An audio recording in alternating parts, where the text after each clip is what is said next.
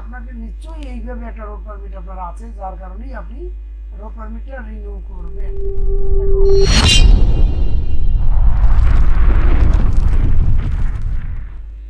Hello viewers, welcome to Brta It Solution।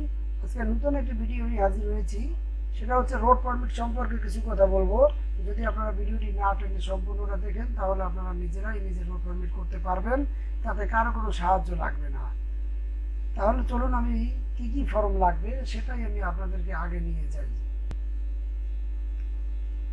প্রথমে আমি brta.gov.bt আমি এই ওয়েবসাইটে যাওয়ার পরে এখানে ফর্ম নামে একটা অপশন আছে, দেখেন। এই ফর্মে গিয়ে এই দেখেন রোড পারমিট জিনিসটা খুব ইজি, শুধু আমরাই বিজি করি, যার কারণে আমাদেরকে অন্য সাহায্য নিতে হয়। আপনার অন্য সাহায্য নিতে হবে না। আপনি একটু আমার এই ভিডিওটা সম্পূর্ণটা না টেনে দেখতে থাকুন। দুইটা ফর্ম লাগবে, একটা আবেদন ফর্ম, একটা ড্রাইভার নিয়োগপত্রের নমুনা। আমি দুইটাই আপনাদেরকে আমি দেখাচ্ছি। প্রথমে আমি আবেদন ফর্মে ঢুকবো। এই যে দেখেন আবেদন ফর্ম, এটা আমি একটু ডাউনলোড করে যদি আপনাদেরকে দেখাই, তাহলে এই দেখেন রোড পারমিট দেখেন রোড পারমিট। এখানে লেখা আছে কন্ট্রাক্টর রোড পারমিট মঞ্জুর নবায়নের আবেদন। এখানে আপনাকে এখানে কিছুই লেখা লাগবে না, শুধু এখানে আপনি আপনার নাম লিখবেন। আপনার গাড়িতে যে নাম আছে এই নামটাই জাস্ট লিখবেন, দেন পিতার নাম লিখবেন। এখানে লেখা আছে ব্যক্তি মালিকানার ক্ষেত্রে প্রযোজ্য। যদি আপনি ব্যক্তি মালিকানা হন তাহলে পিতার নাম লিখবেন, আর যদি কোম্পানির নাম হয় তাহলে নাম লেখার কোনো দরকার নাই। তারপর আপনার ঠিকানাটা লিখবেন। মোটর যানের বিবরণ, এগুলো 4 এবং 5 এই দুইটা জিনিস আপনাকে লিখতে হবে না। আপনি গাড়ির রেজিস্ট্রেশন নাম্বারটা লিখবেন, যানের ধরন, সেটা মাইক্রোবাস হোক, বাস, ট্রাক, যেটাই হোক সেটাই আপনি লিখে দিবেন। প্রস্তুতকারক ও সন, তার মানে যদি জাপানি হয় তাহলে লিখে দিবেন টয়োটা জাপান। সন হয় তো সন বলতে এটাই বোঝায় যে কত মডেলের গাড়ি, সেটা 2015, 14, 10, 12 যেটাই হোক সেটা লিখে দিবেন। এখানে আসন সংখ্যা চালক সহ আসন সংখ্যা কয়জন। যদি মাইক্রোবাস হয় তাহলে 10 জন হবে, 11 জন হবে, 12 জন হবে, 16 জন হবে। আচ্ছা, যদি বাস হয় তাহলে 31 সিট, 52 সিট, যেটাই হোক সেটা আপনি লিখে দেবেন। রং মানে আপনার কালার কি গাড়ি সেটা লিখে দেবেন। এখানে 6 নম্বরটা পূরণ করতে হবে না। আচ্ছা, 7 নম্বরটা আপনাকে পূরণ করতে হবে। পুয়ার বিবরণ যদি আপনার থাকে, এটাও হিসেবে লাগে না। হ্যাঁ, পূর্বের গৃহীত কোনো রোড পারমিট সাময়িকভাবে বাতিল বা পুরোপুরি বাতিল করা হয়ে থাকে না। আসলে বাতিল করা হয় না সাধারণত, সেজন্য এই লাইনটাও পূরণ করার দরকার নাই। আমরা এতদ সঙ্গে সংশ্লিষ্ট রোড পারমিটের জন্য ধার্যকৃত ফিস, এই ফিসটা আপনি কিভাবে পাবেন সেটাই আমি আপনাদেরকে একটু দেখাচ্ছি।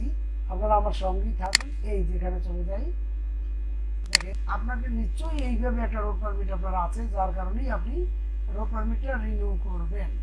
এখন এইখানে যদি আপনার রোড পারমিট থাকে এরকম একটা, তাহলে এটার ফটোকপি নিয়ে আপনি জাস্ট বিআরটি রোড পারমিটের যে কাউন্টার আছে আপনি সেখানে চলে যাবেন।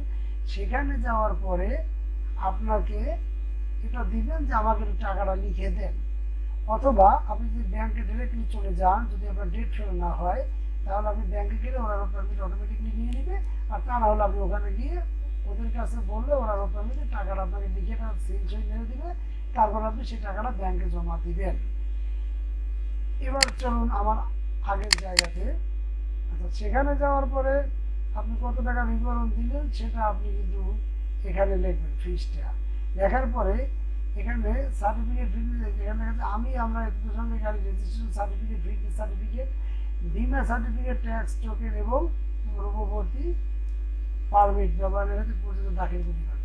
এখানে আপনাকে বুঝাইছে এই জিনিসটা যে আপনার গাড়ির রোড পারমিট যদি করতে হয় তাহলে আপনার fitness, tax token, blue book, হ্যাঁ, আর ইন্স্যুরেন্স আপনার লাগে না, এবং আপনার ড্রাইভিং লাইসেন্স, এই কাগজগুলি আপনি অবশ্যই দিবেন।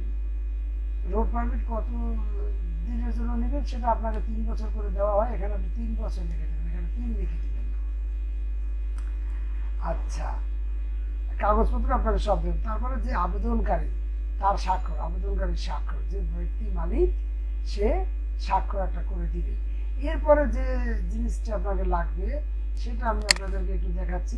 সেটা হচ্ছে আরেকটা ফর্ম লাগবে, সেটা হচ্ছে এই যে সড়ক পরিবহন শ্রমিক অধ্যায়নে 1961 ও বিধি 1962 সংশোধিত 1980 ফরম এ দ্রষ্টব্য বিধি 8 নিয়োগপত্রটা কি, যে ড্রাইভার চালাবে তার নামটা লিখবেন, তার পিতার নাম লিখবেন, আচ্ছা তার স্থায়ী ঠিকানা গ্রাম ডাকঘর থানা জেলা যেটা সেটা লিখে দিবেন।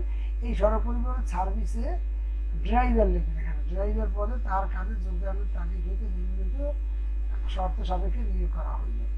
আচ্ছা ড্রাইভার লিখে দেবেন, ওকে। দেন তার মাসিক, দৈনিক বা মাসিক বেতন কত, সেটা আপনারা একটা অঙ্ক বসাই দিবেন এবং এই অক্ষরে এটা কথায় লিখে দিবেন। আচ্ছা তারপরে এখানে আর কিছু করতে হবে না, এখানে নিয়োগকারীর দস্তখত, মানে যে গাড়ির মালিক তিনি একটা স্বাক্ষর দিবে, তারিখ লিখবে, সড়ক পরিবহন সার্ভিসের নাম। তাহলে আমরা জানলাম আপনার কি কি কাগজ লাগবে রোড পারমিট করার জন্য। সো গাইজ, আমার ভিডিওটি যদি ভালো লেগে থাকে তাহলে অবশ্যই লাইক করবেন এবং শেয়ার করবেন, প্লিজ সাবস্ক্রাইব করবেন।